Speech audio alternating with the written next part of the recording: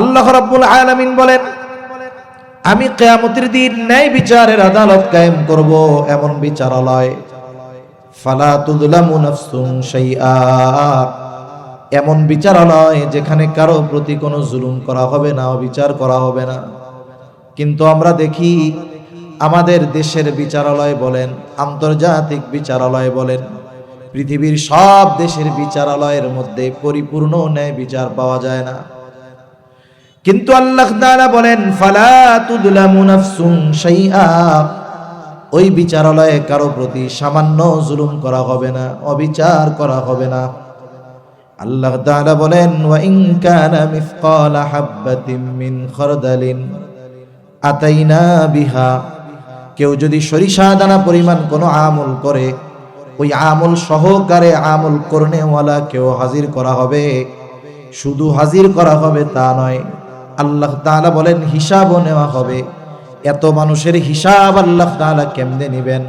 অনেক কথার সংক্ষিপ্ত জবাব আল্লাহ তাআলা বলেন, কাফা বিনা হাসিবিন, হিসাব নেওয়ার জন্য আমি যথেষ্ট। আবু যার রাদিয়াল্লাহু তাআলা আনহু বলেন, ক্বালা লি রাসূলুল্লাহ সাল্লাল্লাহু আলাইহি ওয়াসাল্লাম, রাসূলুল্লাহ সাল্লাল্লাহু আলাইহি ওয়াসাল্লাম আমাকে বলেছেন।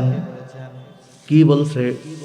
বলে, ইয়া আবু যার, হে আবু যার, ইত্তাকিল্লাহা হাইথুমা কুনতা, হে আবু যার, তুমি যেখানেই থাকো না কেন আল্লাহ তাআলাকে ভয় করবা। হযরত আবু যার রাদিয়াল্লাহু তাআলা আনহুকে নবীজি বলতেছেন, হে আবু যার, যেখানেই থাকো না কেন ভয় করবা কাকে? আল্লাহ তাআলাকে। আল্লাহ তাআলাকে সর্বহালতে ভয় করবা। আবু যার রাদিয়াল্লাহু তাআলা আনহুকে নবীজি স্পেশাল ভাবে বলতেছে, হে আবু যার, তুমি যেখানেই থাকো না কেন আল্লাহ তাআলাকে ভয় করবা। ভয় মানুষকে মানুষ দুই কারণে করে। কয় কারণে? এক কারণ হলো লোকটা যদি সবচাইতে খারাপ হয়, মন্দ হয়, সন্ত্রাসী হয়, ডাকাতি হয়, তাকে মানুষ ভয় করে। দুই নাম্বার কারণ, খারাপির কারণে ভয় করে না, বরং সম্মানিত ব্যক্তি হওয়ার কারণে ভয় করে। মনে করেন একজন উচ্ছৃঙ্খল ছেলে এলাকার সবচাইতে বড় আলেমের সামনে উচ্ছৃঙ্খলতা করবে না, সিগারেট হাতে থাকলে সে ফালায়া দিবে। আর একজন বলে, ফালায়া দাও কেন? বলে, ওই তো বড় হুজুর আসতেছে। বড় হুজুর যদিও খারাপ মানুষ না, ভালো মানুষ, কিন্তু তার আজমত, তার সম্মান, তার মর্যাদার দিকে খেয়াল করে মানুষ তাকে ভয় করে। তাহলে প্রথম শ্রেণীর ভয় যেটা, এর মধ্যে থাকে মানুষের প্রতি খারাপ ধারণা, এর মধ্যে থাকে ঘৃণা। আর দ্বিতীয় শ্রেণীর ভয় যেটা, এর মধ্যে থাকে মহব্বত, আজমত, এর মধ্যে থাকে সম্মান। তাহলে আল্লাহ তাআলাকে বান্দা যে ভয় করবে, এই ভয়টা কোন কারণে করবে? বলে, আল্লাহ তাআলার আজমত, আল্লাহ তাআলার শান, মান, মর্যাদা, এই দিকে খেয়াল করে বান্দা আল্লাহ তাআলাকে ভয় করবে।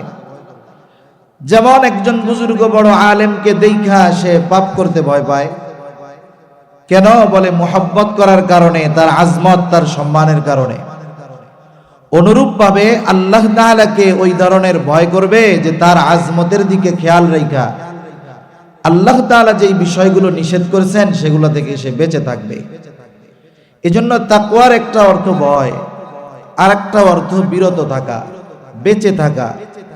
দুইটা অর্থকে যদি একসাথে সমন্বয় করা হয় তাহলে কি বলে? আল্লাহ তাআলার আজমত, শান, মান, কুদরত, আল্লাহ তাআলার দয়া, সব কিছুর দিকে খেয়াল রেখে তাকে মোহাব্বত করে ভালোবেসে তার নিষিদ্ধ বিষয়গুলো থেকে নিজেকে বাঁচিয়ে রাখা। যে রাখে বলে সেই ব্যক্তি হলো মুত্তাকি। সুবহানাল্লাহ। এখন একজন মুরব্বী, তাকে দেখে আমরা পাপ করি না কেন? বলে, উনি সম্মানিত মানুষ, পাপ করতে যদি দেখা ফেলে তাহলে তো সমস্যা। আলহামদুলিল্লাহ, জাযাকাল্লাহ, ঠিক আছে। উনি যদি পাপ করতে দেখে এটা লজ্জা লাগবে, এই জন্য সে দেখে ফেলবে, এই লজ্জায় আমরা ওনার সম্মানের দিকে খেয়াল করে দেখে ফেলবে, এই ভয়ে এই লজ্জায় আমরা গুনাহ করি না। অথচ লজ্জা করার ক্ষেত্রে সবচাইতে বেশি লজ্জা করা দরকার কাকে? জোরে বলেন না, কাকে? আল্লাহ তাআলা। আল্লাহ রাব্বুল আলামিনকে সবচাইতে বেশি লজ্জা করার দরকার। কারণ দুনিয়ার মানুষ আমাকে আপনাকে দেখবে, আত্মীয় স্বজন দেখবে, বন্ধু বান্ধব দেখবে, মা বাবা দেখবে, ভাই দেখবে, তাদের দেখার কিছু নির্দিষ্ট এরিয়া আছে। তারা সামনে দেখবে তো পেছনে দেখবে না, আলোতে দেখবে তো আধারে দেখবে না, কাছে দেখবে তো দূরে দেখবে না, সামনে দেখলে তো ডানেও দেখবে না, বামেও দেখবে না। কিন্তু আল্লাহ তাআলা বলেন তো পৃথিবীর এমন কোন জায়গা আছে নাকি যেই জায়গায় গিয়ে যদি আমরা পাপাচার অনাচারে লিপ্ত হই, ওই জায়গায় গিয়ে পাপ করলে, গুনাহ করলে আল্লাহ তাআলা দেখবে না? এমন কোন জায়গা এই সৃষ্টি জগতের কোথাও কি আছে? আল্লাহ রাব্বুল আলামিন সব জায়গায় দেখেন, সব কিছুর খবর আল্লাহ তাআলা রাখেন। আল্লাহ তাআলা শুধুমাত্র আমাদের অঙ্গের বাহিরের বিষয়গুলো দেখেন এমনটা নয়, অন্তরের ভিতরে কি আছে আল্লাহ তাও দেখে। আল্লাহ তাআলা বলেন, ওয়ালাকাদ খালাকনাল ইনসানা ওয়া না'লামু মা তুওয়াসওয়িসু বিহি নাফসুহু ওয়া নাহনু আকরাবু ইলাইহি মিন হাবলিল ওয়ারিদ। আল্লাহ রাব্বুল আলামিন বলেন, আমি মানুষ সৃষ্টি করেছি, ওয়ালাকাদ খালাকনাল ইনসান ওয়া না'লামু মা তুওয়াসওয়িসু বিহি নাফসুহু, আমি জানি কোন জিনিস তার অন্তরের মধ্যে ওয়াসওয়াসা দেয়। ওয়াসওয়াসার উৎপত্তি স্থল হলো অন্তর। পৃথিবীতে অনেক আধুনিক মেশিনারিজ আবিষ্কৃত হয়ে গেছে, চিকিৎসা বিজ্ঞান এত উন্নতি সাধন করেছে, কোনো ব্যক্তি যদি অসুস্থ হওয়ার আগে তার শারীরিক গুরুত্বপূর্ণ অর্গানগুলোর অবস্থা জানতে চায়। স্বাভাবিকভাবে মানুষ জটিল জটিল যেই সমস্ত রোগ আক্রান্ত হয়, এর মধ্যে বলে হার্টের সমস্যা, আর একটা কি বলে কিডনির সমস্যা, আর একটা কি বলে ব্রেনের সমস্যা। এখন উনি চিন্তা করলেন, আমি তো এখনো অসুস্থ হই নাই, তবে এইগুলার অবস্থা কি একটু জানার দরকার। বলে ওনাকে মেশিনের মধ্যে ঢুকায় দেওয়া হবে, আর রিপোর্ট বের হয়ে আসবে যে আপনার কিডনি 75% ভালো আছে, ব্রেন 85% ভালো আছে, হার্ট 70% ভালো আছে। তার মানে প্রযুক্তিকে ব্যবহার করে একটা অর্গান পরিপূর্ণ অসুস্থ হওয়ার আগে তার খবরটা জেনে আবার সেটার চিকিৎসা ব্যবস্থাও করা যায়। চিকিৎসা বিজ্ঞান এর চাইতে আরো উন্নত এখন। কিন্তু বলেন তো, আমাকে আপনাকে যদি কোনো মেশিনের মধ্যে ভরে দেওয়া হয়, কোন মেশিন আছে যে যেখানে ভরে দিলে আমার আপনার অন্তরে কি ওয়াসওয়াসা দেয়, কে ওয়াসওয়াসা দেয়, এগুলো বের হয়ে আসবে? এরকম কোন মেশিন এই দুনিয়ায় আছে? এই দুনিয়ায় নেই। অথচ আল্লাহ তাআলা বলেন, ওয়া না'লামু মা তুওয়াসওয়িসু বিহি নাফসুহু, আমি জানি কোন জিনিস তোমার অন্তরের মধ্যে ওয়াসওয়াসা দেয়। আমরা যদি জিজ্ঞাসা করি, আল্লাহ আপনি কেমনে জানেন? আল্লাহ তাআলা বলেন, ওয়া নাহনু আকরাবু ইলাইহি মিন হাবলিল ওয়ারিদ। এটা জানার কারণ হলো আমি তোমার শাহরগের চাইতেও অধিক নিকটে। সুবহানাল্লাহ বলেন, শাহরগের চাইতেও অধিক নিকটে। এর দ্বারা আল্লাহ তাআলা মূলত বোঝাতে চান যে আমি আমার যত কাছে তার চাইতে বেশি কাছে কে? জোরে বলেন না, কে? আমরা আমাদের যত কাছে তার চাইতে বেশি কাছে কে? আল্লাহ। এজন্য আল্লাহ তাআলা শুধুমাত্র বাহিরের বিষয়গুলা দেখেন না, অন্তরের বিষয়গুলাও দেখেন।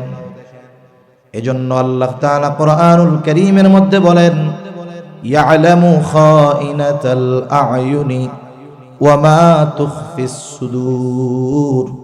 আল্লাহ তাআলা বলেন, তিনি জানেন তোমরা চোখের কি খেয়ানত করো আর অন্তরে কি লুকায় রাখো, অর্থাৎ অন্তরের কি খেয়ানত করো সেটাও আল্লাহ তাআলা জানে। মহাসমুদ্রের একেবারে তলদেশে কয়েকশো মিটার পর্যন্ত সূর্যের আলো সমুদ্রের তলদেশে যায়। এরপরে আর সূর্যের আলো সমুদ্রের তলদেশে পৌঁছাতে পারে না।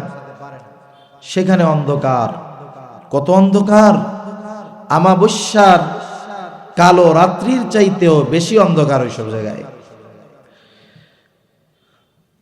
মহাসমুদ্রের এমনও কিছু স্থান আছে যে জায়গাগুলোর গভীরতা প্রায় 14-15 কিলোমিটারের কাছাকাছি। সমুদ্রের গভীরতা 14-15 কিলোমিটারের কাছাকাছি। এই সমুদ্রের একেবারে তলদেশে বালুকণার উপরে অনেক প্রাণী চলাচল করে। এত ক্ষুদ্র, এত ছোট, হয়তো চোখ দিয়ে দেখা যাবে না, কিন্তু আল্লাহ তাআলা তো সামিউম বাসীর। আল্লাহ তাআলা ওই সমুদ্রের অতল গভীরে কালো অন্ধকারের মধ্যে ক্ষুদ্র একটা প্রাণী সমুদ্রের তলদেশে চলাচল করে, ওটাকে তো আল্লাহ তাআলা দেখেনি, সাথে সাথে ওইটা চলাচলের কারণে যে আওয়াজ হয় সেটাও আল্লাহ তাআলা শুনতে পায়। সুবহানাল্লাহ। এখন বলেন, আমরা যদি পাপ কাজ করতে চাই, কোন জায়গা আছে যাওয়ার মতো? হযরত লোকমান একজন প্রজ্ঞাবান ব্যক্তি ছিলেন। উনি ওনার সন্তানদেরকে কিছু উপদেশ দিয়েছেন, নসিহত করেছেন। হযরত লোকমানের সময়কাল হলো দাউদ আলাইহিস সালামের আগে। দাউদ আলাইহিস সালাম নবুয়ত পাওয়ার আগ পর্যন্ত হযরত লোকমান ওই এলাকার মানুষের মধ্যে মাসলা মাসাইল বর্ণনা করতেন, ওয়াজ নসিহত করতেন। তা উনি ওনার সন্তানকে কিছু সুন্দর ওয়াজ করছে। ওয়াজগুলো আল্লাহ তাআলার কাছেও খুব পছন্দনীয় হয়েছে। ওয়াজগুলো আল্লাহ তাআলা লোকমান আলাইহিস সালামের পরে কোন নবীকে আল্লাহ তাআলা এই ওয়াজগুলো করেন নাই। দাউদ আলাইহিস সালামকেও করেন নাই, সুলাইমান আলাইহিস সালামকেও করেন নাই, মুসা আলাইহিস সালামের উপরে তাওরাত নাজিল হইছে, ওইখানেও করেন নাই। ঈসা আলাইহিস সালামের উপরে ইনজিল, ওখানেও করেন নাই। আল্লাহ তাআলা উম্মতে মুহাম্মাদির জন্য লোকমান আলাইহিস সালামের সন্তানকে করা নসিহতগুলোকে সংরক্ষণ করেছেন এবং এই উম্মতের শিক্ষার জন্য, সন্তান গড়ার জন্য কোরআনুল কারীমে হযরত লোকমানের উপদেশগুলোকে আল্লাহ তাআলা নাজিল করেছেন। সুবহানাল্লাহ। এর মধ্যে একটা উপদেশ হযরত লোকমান তার সন্তানকে করতেছে, ইয়া বুনাইয়া ইন্নাহা ইন তাকু মিসকালা হাববাতিন মিন খারদাল ফাতাকুন ফি সখরাতিন আও ফিস সামাওয়াতি আও ফিল আরদি ইয়াতি বিহাল্লাহ। হযরত লোকমান তার সন্তানকে বলে, ইয়া বুনাইয়া ইন্নাহা ইন তাকু মিসকালা হাববাতিন মিন খারদাল, হে আমার বৎস, তোমার আমলটা, সেই আমলটা ভালো আমল হোক আর মন্দ আমল হোক, কাজটা ভালো হোক চাই মন্দ হোক, ইন্নাহা ইন তাকু মিসকালা হাববাতিন মিন খারদাল, যেই আমলটা তুমি করেছো যেটা পরিমাণে সরিষা দানার মতো, এই সরিষা দানা পরিমাণ আমলটা ভালো হোক চাই মন্দ হোক, আর এই আমলটা তুমি যেখানেই করো না কেন, ফাতাকুন ফি সখরা, যদি করো তুমি পাথরের মধ্যে, আও ফিস সামাওয়াত, আসমানেও যদি করো, আও ফিল আরদ, জমিনের মধ্যেও যদি ওই সরিষা দানা পরিমাণ আমলটা করো, আমল যত ক্ষুদ্র হোক না কেন, যেখানেই করা হোক না কেন, ইয়াতি বিহাল্লাহ, তোমার ওই আমলটা যিনি হাজির করবেন তিনি কে? আনাস রাদিয়াল্লাহু তাআলা আনহু থেকে বর্ণিত হাদিস, নবীজি সাল্লাল্লাহু আলাইহি ওয়াসাল্লাম বলেন, যখন কেউ কোনো আমল করে, যদি সে ওই আমলটা এমন কোন পাথরের মধ্যে করে, বলে কেমন পাথর? বলে যেই পাথরে ঢোকারও কোনো দরজা নাই, বাহির হওয়ারও কোনো দরজা নেই। এখন মনে করেন বড় একটা পাথর, এই পাথরের মধ্যে যদি ঢোকার দরজাই না থাকে, ওইখানে গিয়ে আমল করবে কেমনে? দরজাই নাই। নবীজি বোঝাতে যাচ্ছেন যে ওটাও যদি সম্ভব হয়, আর ওই পাথরের মধ্যে গিয়ে যদি কোনো আমল করা হয়, যত ক্ষুদ্র হোক না কেন, ওই আমলটা কিয়ামতের দিন হাজির করবেন কে? শুধু তাই না, একটা আমল করছে আল্লাহ তাআলা ওইটাকে তো হাজির করবে, সাথে সাথে আমল করনেওয়ালা কেও আল্লাহ তাআলা হাজির করবে। সুবহানাল্লাহ। হাজির তো করবে, আবার আমলের আলোকে তার বিচার আচারও হবে। আল্লাহ তাআলা বলেন, وَنَضَعُ الْمَوَازِينَ الْقِسْطَ لِيَوْمِ الْقِيَامَةِ فَلَا تُظْلَمُ نَفْسٌ شَيْئًا وَإِنْ كَانَ مِثْقَالَ حَبَّةٍ مِّنْ خَرْدَلٍ أَتَيْنَا بِهَا وَكَفَى بِنَا حَاسِبِينَ। আল্লাহ রাব্বুল আলামিন বলেন, আমি কিয়ামতের দিন ন্যায় বিচারের আদালত কায়েম করব, এমন বিচারালয়, ফালা তুযলামু নাফসুন শাইআ, এমন বিচারালয় যেখানে কারো প্রতি কোনো জুলুম করা হবে না, অবিচার করা হবে না। কিন্তু আমরা দেখি আমাদের দেশের বিচারালয় বলেন, আন্তর্জাতিক বিচারালয় বলেন, পৃথিবীর সব দেশের বিচারালয়ের মধ্যে পরিপূর্ণ ন্যায় বিচার পাওয়া যায় না। কিন্তু আল্লাহ তাআলা বলেন, ফালা তুযলামু নাফসুন শাইআ, ওই বিচারালয়ে কারো প্রতি সামান্য জুলুম করা হবে না, অবিচার করা হবে না। আল্লাহ তাআলা বলেন, ওয়া ইন কানা মিসকালা হাববাতিন মিন খারদালিন আতাইনা বিহা, কেউ যদি সরিষা দানা পরিমাণ কোনো আমল করে, ওই আমল সহকারে আমল করনেওয়ালা কেউ হাজির করা হবে। শুধু হাজির করা হবে তা নয়, আল্লাহ তাআলা বলেন হিসাবও নেওয়া হবে। এত মানুষের হিসাব আল্লাহ তাআলা কেমনে নেবেন? অনেক কথার সংক্ষিপ্ত জবাব আল্লাহ তাআলা বলেন, কাফা বিনা হাসিবিন, হিসাব নেওয়ার জন্য আমি যথেষ্ট। তাহলে বলেন দেখি, পৃথিবীর কোথাও সরিষা দানা পরিমাণ কোনো গুনার কাজ করে বেঁচে যাওয়ার বা ওই আমল ধ্বংস হয়ে গেছে আর ধরা পড়বো না, এই চিন্তা করার কোনো সুযোগ আছে? এই চিন্তাধারা আমাদের মধ্যে নাই, যার কারণে আমাদের চারিত্রিক উন্নতি সাধিত হচ্ছে না। যদি হতো তাহলে আমরা পাপাচারে লিপ্ত হইতাম না। আল্লাহ সুবহানাহু ওয়া তাআলা নিজে তো সব কিছুই দেখেন, সাক্ষী হিসাবে আল্লাহ একাই যথেষ্ট। কাফা বিল্লাহি শাহিদা, আল্লাহ তাআলা তো সাক্ষী হিসাবে যথেষ্ট। এরপরেও আরো অনেকে আমাদের কর্মের ব্যাপারে খবর রাখে। যেমন আল্লাহ তাআলা আমাদের প্রত্যেকের দুই কাঁধে দুইজন ফেরেশতা নিযুক্ত করে দিয়েছেন। সম্মানিত লেখকদ্বয় এনারা কি করে? আল্লাহ তাআলা বলেন, কিরামান কাতিবিনা ইয়ালামুনা মা তাফআলুন, সম্মানিত লেখকদ্বয় জানে তোমরা কি আমল করো।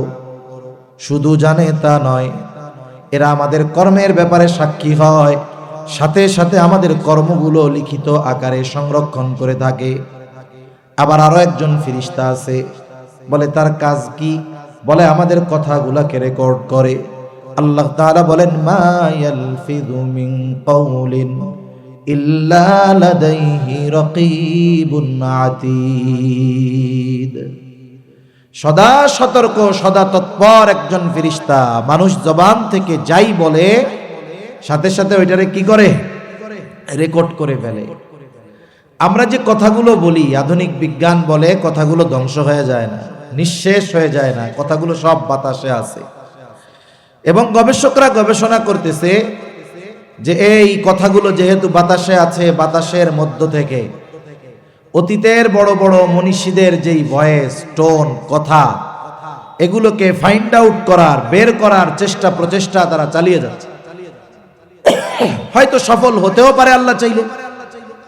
একটা জিনিস দেখেন, আমাদের কথা বাতাসের মধ্যে চলাচল করে, এটা কেমনে বুঝতে পারি? সহজ বোঝা। আপনার আত্মীয় স্বজন আছে আমেরিকাতে, সৌদি আরবে, ইউরোপের কোন কান্ট্রিতে। আমেরিকা 15,500 কিলোমিটার দূরে আপনার আত্মীয়, আপনি তার সাথে একটু কথা বলতে চান, তাকে একটু দেখতে চান, কি করেন?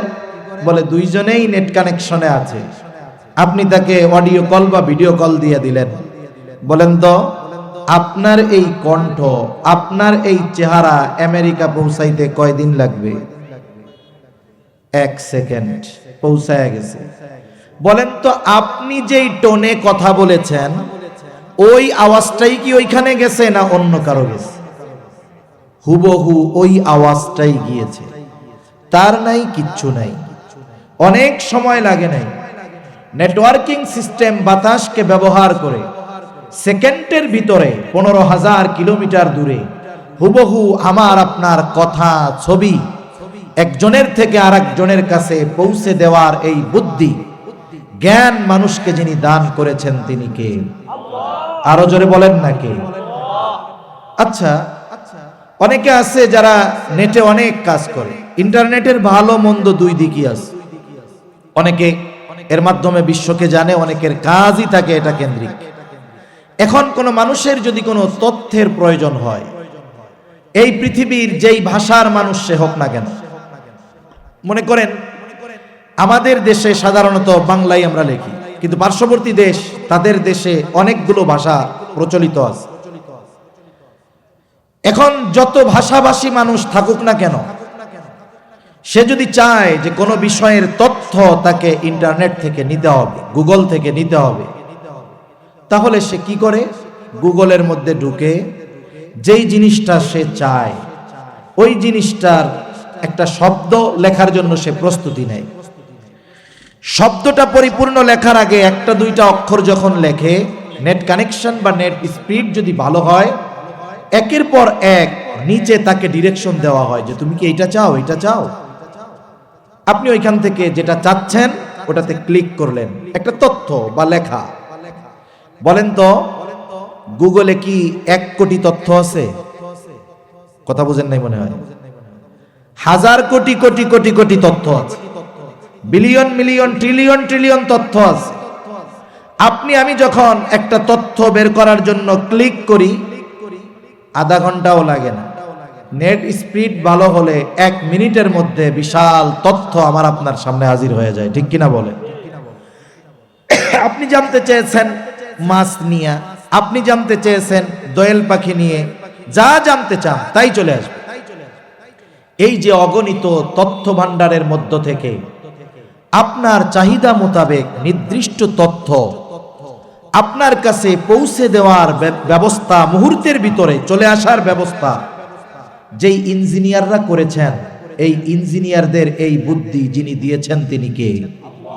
আরো জোরে বলেন না কে?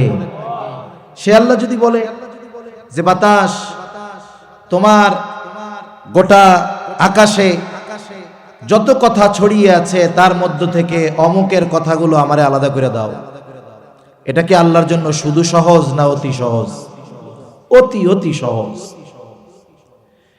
এজন্য আল্লাহ রাব্বুল আলামিন আমাকে আপনাকে দেখেন সাথে সাথে কর্মগুলো সংরক্ষণের ব্যবস্থা করেছেন, কথাগুলোও সংরক্ষণের ব্যবস্থা করেছেন। আপনাদের কাছে খবর যদি আসে বিশ্বস্ত সূত্রে যে কাপাসিয়া থানা থেকে এই খবরটা পাওয়া গেল, তোমাকে কিন্তু গোয়েন্দা নজরদারিতে রাখা হয়েছে। খবর যদি বিশ্বস্ত সূত্রে আসে কি করবে? বলে জীবনের গতিপথ পাল্টায় ফেলবে। ফোনে কোনো কথা উল্টাপাল্টা বলবে না, কোনো আড্ডার মধ্যে গিয়া বসবে না যে কোন সময় ধরা পড়ে যায় আর আমাকে কোন মুসিবতে ফালায় দেওয়া হয়, আমাকে যদি দেখে ফেলে তাহলে কোন বিপদে পড়ে যাই। চিন্তা করেন সামান্য গোয়েন্দা নজরদারিতে আমাদের কত ভয়, কত ভীতি, যার কারণে লাইফ স্টাইল চেঞ্জ হয়ে যায়। কিন্তু আল্লাহ তাআলা সব সময় দেখে, এই 3 ফেরেশতা আমার আপনার সাথে সব সময় থাকে, অথচ এদের দেখা, এদের লেখা আল্লাহর দেখাকে আমি আপনি ভয় পাই না। এটা আমাদের জন্য বড় দুঃখের বিষয়, বড় কষ্টের বিষয়। এজন্য আমাকে আপনাকে যদি বাস্তবে ভালো মানুষে পরিণত হতে হয় তাহলে অবশ্যই আমাকে আপনাকে এই চিন্তা রাখতে হবে, আমার সব কিছু সর্বমুহূর্তে নজরদারিতে রাখার ব্যবস্থা করে রেখেছেন আল্লাহ। এই চিন্তা আমাদের মধ্যে থাকতে হবে। এটা বিহীন একটা মানুষ পাপাচার অনাচার থেকে বেঁচে থাকতে পারে না। এটা বিহীন একটা মানুষ তার নিজের মধ্যে পরিবর্তন আনতে পারে না। এজন্য কোরআনুল কারীমে আল্লাহ তাআলা বারবার তাকওয়ার কথা বলেছেন। নবীজি সাল্লাল্লাহু আলাইহি ওয়াসাল্লাম যখন খুতবা শুরু করতেন বারবার তাকওয়ার কথা বলতেন। তার মানে ওই যে আজমত সমৃদ্ধ এই ভয় করে আল্লাহর নিষিদ্ধ বিষয়গুলো থেকে বেঁচে থাকো, এটার নাম হলো তাকওয়া। আর যে তাকওয়া অর্জন করতে পারে তাহলে তার জন্য দুনিয়া আখিরাতের সফলতার দ্বার উন্মোচন করে দেন কে? একটা দুইটা বিষয় করে আমরা জানবো, বেশি বিষয় না। এখন প্রশ্ন হলো, নবীজিও তাকওয়া অর্জন করতে বলেন, আল্লাহ তাআলাও তাকওয়া অর্জন করতে বলেন, তাহলে তাকওয়া অর্জনের প্রসেসটা কি, পদ্ধতিটা কি? কোন পদ্ধতিতে আমরা তাকওয়া অর্জন করতে পারি? কোরআনুল কারীমের সুন্দর একটি বিষয় হলো যে আল্লাহ তাআলা কোরআনে যত আদেশ করেন সব আদেশগুলো বাস্তবায়ন করার পদ্ধতিও আল্লাহ তাআলা কোরআনে বলে দেন। সুবহানাল্লাহ। পদ্ধতিগুলো দুই ধরনের হয়। একটা হলো একেবারে সুস্পষ্টভাবে আল্লাহ বলে দেন যে এই আদেশটা এভাবে বাস্তবায়ন করবা। আরেকটা নির্দেশ করেন কিন্তু পদ্ধতিটা সুস্পষ্টভাবে বলেন না। পদ্ধতিটা সুস্পষ্টভাবে না বলে এর সূত্র জানায় দেন যে এই সূত্রের আলোকে সামনে চললে তাহলে এই আদেশ বাস্তবায়নের পথ তুমি পেয়ে যাবে। যেমন কোরআনুল কারীমের মধ্যে ঈমানের পরে সবচাইতে বড় ইবাদত যেটা, সেটার নাম কি বলেন তো? জোরে বলেন না কি? ঈমানের পরে সবচাইতে বড় ইবাদত নামাজ। নামাজের আদেশ কোরআনুল কারীমের মধ্যে আছে। কিন্তু কেউ কি কথা বলতে পারবেন যে কোরআনে নামাজের আদেশের সাথে সাথে ফজরের 2 রাকাত ফরজ বা সুন্নাত, যোহরের 4 রাকাত সুন্নাত ফরজ, এগুলো সব বিস্তারিতভাবে বর্ণনা করা আছে? আছে নাকি কোরআনে? কিছুই নাই। অল্প কিছু বিষয়ের দিক নির্দেশনা আছে। নামাজের ফজিলতের কথা আছে, নামাজ পড়ো, আল্লাহ বলেন আমি তোমার রিজিক দিয়া দিব, কত ফজিলতের কথা আছে।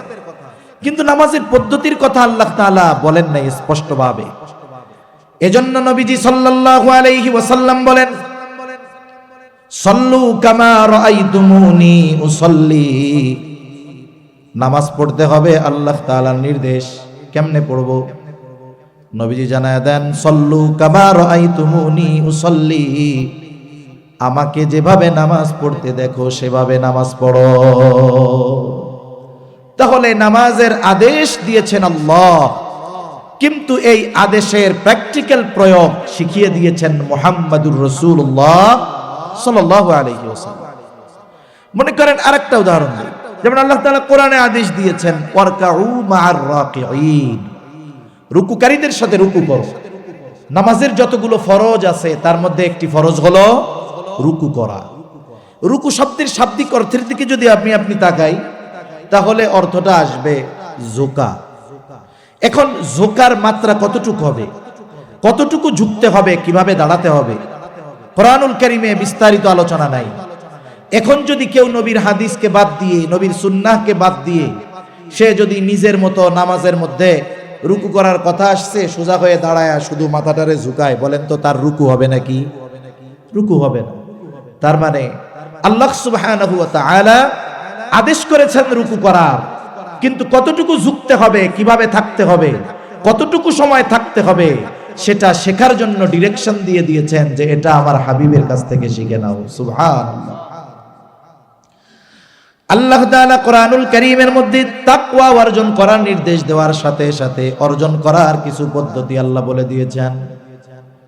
এক নাম্বার আল্লাহ তাআলা বলেন, ইয়া আইয়ুহাল্লাযীনা আমানুত্তাকুল্লাহ ওয়া কুনু মা'আস সাদিকিন। আল্লাহ তাআলা বলেন, হে ঈমানদারেরা, আল্লাহ তাআলাকে ভয় করো। বলে ভয় কি জিনিস আগেই কইছি, আল্লাহর আজমতকে খেয়াল রেখে তার নিষিদ্ধ বিষয়গুলো থেকে বেঁচে থাকো। এখন কেমনে বাঁচবো, কেমনে তাকওয়া অর্জন করব? আল্লাহ তাআলাই বলেন, বান্দা কুনু মা'আস সাদিকিন, তুমি সত্যবাদীদের সঙ্গী হয়ে যাও। আল্লাহ তাআলা এখানে আবেদিন বলেন নাই, আল্লাহ তাআলা সত্যবাদিতাকে উল্লেখ করেছেন। তার মানে কি? বুজুর্গানে দিন বলেন, একটা মানুষ প্রকৃতপক্ষে সাদিক, তখনই হতে পারে যখন তার মধ্যে অন্যান্য সব ভালো গুণের খোঁজ পাওয়া যায়। সে যখন অন্যান্য সব ভালো গুণে গুণান্বিত, তখনই সে প্রকৃত সাদেক হতে পারে, এর আগ পর্যন্ত হতে পারে না। এই জন্য দেখেন কাফেররা আমার আপনার নবীকে নবুয়তির বহু পূর্বে বিশেষ করে যে দুটি গুণে গুণান্বিত করেছেন, এর মধ্যে একটা হলো as-সাদিক, সত্যবাদী, আরেকটা হলো আল আমিন, আমানতদার। তাহলে সত্যবাদীদের সঙ্গী হয়ে যাও, নেককার বান্দাদের সঙ্গী হয়ে যাও, ভালো গুণে যারা গুণান্বিত তাদের সঙ্গী হয়ে যাও। আবার আরেক জায়গায় আল্লাহ তাআলা বলেন, ইয়া আইয়ুহাল্লাযীনা আমানুত্তাকুল্লাহা ওয়াল তানজুর নাফসুম মা কদ্দামাত লিগাদিন ওয়াত্তাকুল্লাহ।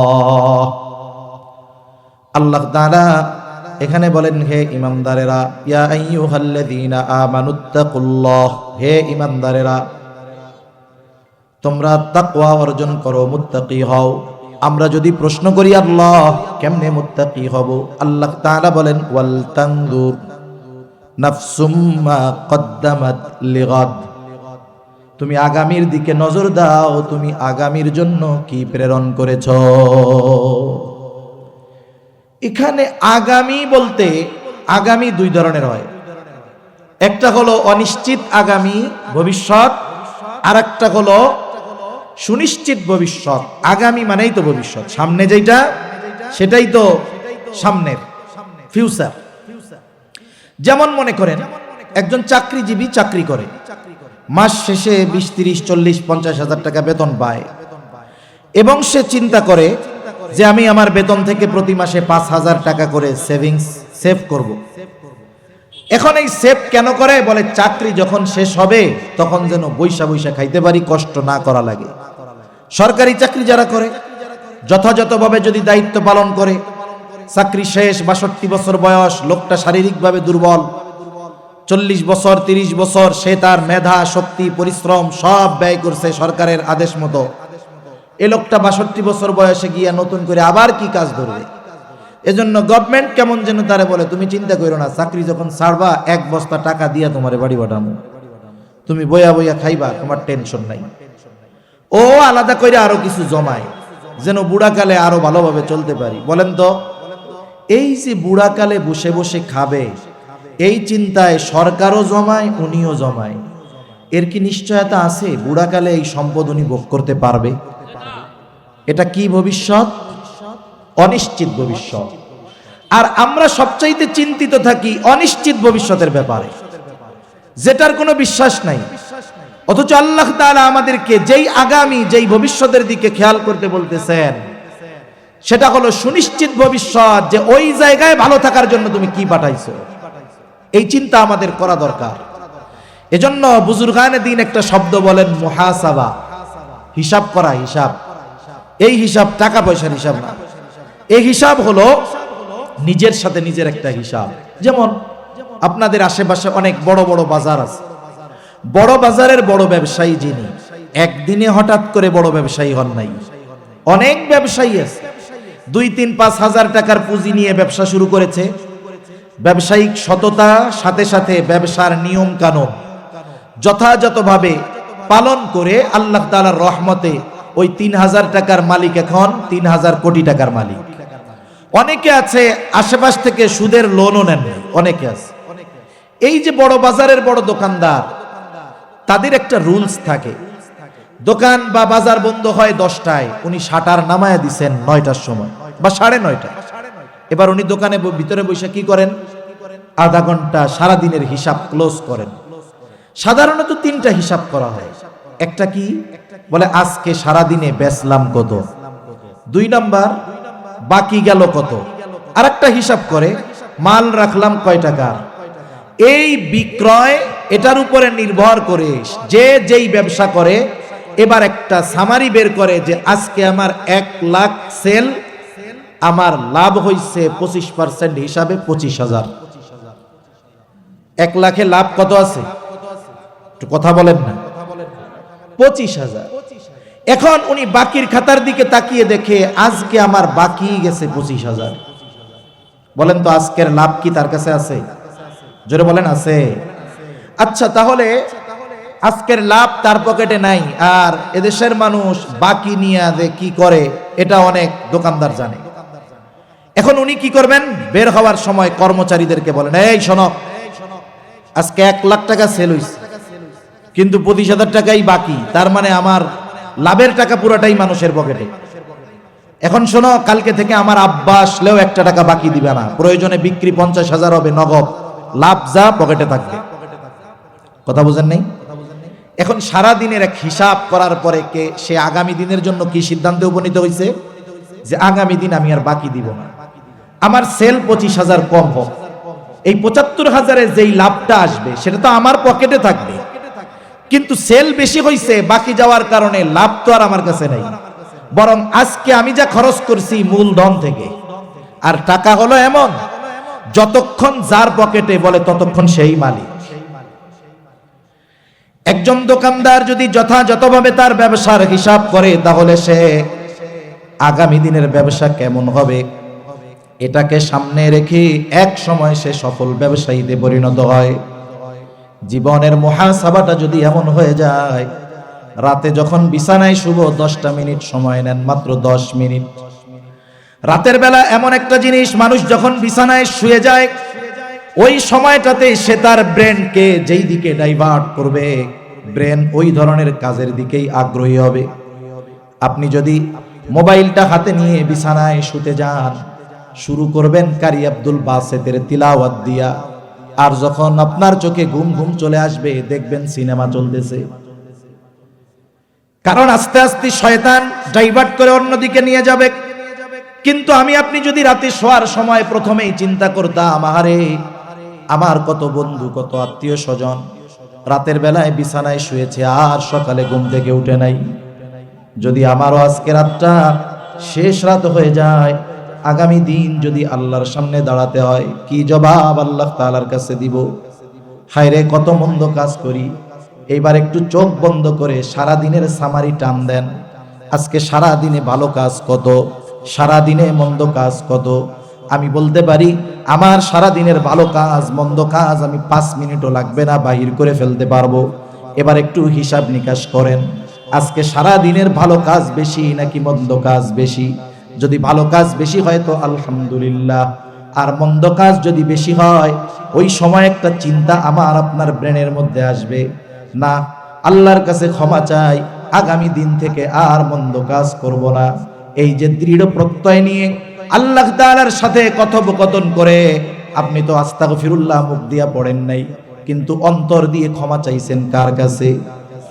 আরে ওই রাত্র যদি আপনার আমার জীবনের শেষ রাত হয়ে যায়, আশা করা যায় কিয়ামতের দিন আমার আপনার আমলনামাটা গুনাহ শূন্য থাকবে। এজন্য মুহাসাবা দরকার, জীবনের হিসাব করা দরকার, ঠিক কিনা বলেন? একটা প্রসিদ্ধ ঘটনা বুজুর্গানে দিন বলেন, হাদিসের মধ্যেও বারবার আসছে, হাদিসের মধ্যে বারবার আসছে, এক জালেম তার নাম হলো কিফিল। নারায়ে তাকবীর, নারায়ে তাকবীর। এই কি আওয়াজ দিলেন? নারায়ে তাকবীর। এখন শুনেন, 1000 ওয়ার্ডের বাতি এই জায়গায় যদি জ্বালান, ক্রিকেট খেলা যাবে না? 10টা লাগাইলে যাবে তো? কিন্তু যদি সূর্যের আলো মাথার উপরে চলে আসে, 1000 না, আপনি যদি 1000 ওয়াটের 500 লাইটও লাগান, সূর্যের আলোর সামনে কিছু আছে?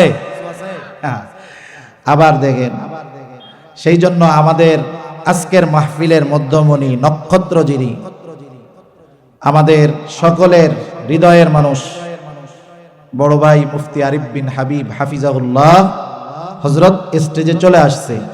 যেহেতু হাদিসটা বলছিলাম, এই 2 কথাগুলা বইলা আমি আলোচনা শেষ করে দিব। আপনারা এর মধ্যে পরিবেশটা সুন্দর করে বসবেন, সামনের ফাঁকা জায়গাগুলো পূরণ করে বসবেন, দ্রুততার সাথে চলে আসেন, তাড়াতাড়ি চলে আসেন সবাই, সামনের ফাঁকা জায়গাগুলো পূরণ করেন। তাহলে প্রথম কথা হলো যে আমরা সর্বহালতে ভয় করব কাকে? তাকওয়া অর্জনের পদ্ধতি কি? কোরআন থেকে 2টা পদ্ধতি নিলাম। একটা হলো ভালো মানুষের সাথে সম্পর্ক গড়ব সব জায়গায়, এটা কর্মস্থলে হোক, প্রতিষ্ঠানে হোক, শিক্ষা প্রতিষ্ঠানে হোক, সফরে হোক। আমি চিন্তা করব।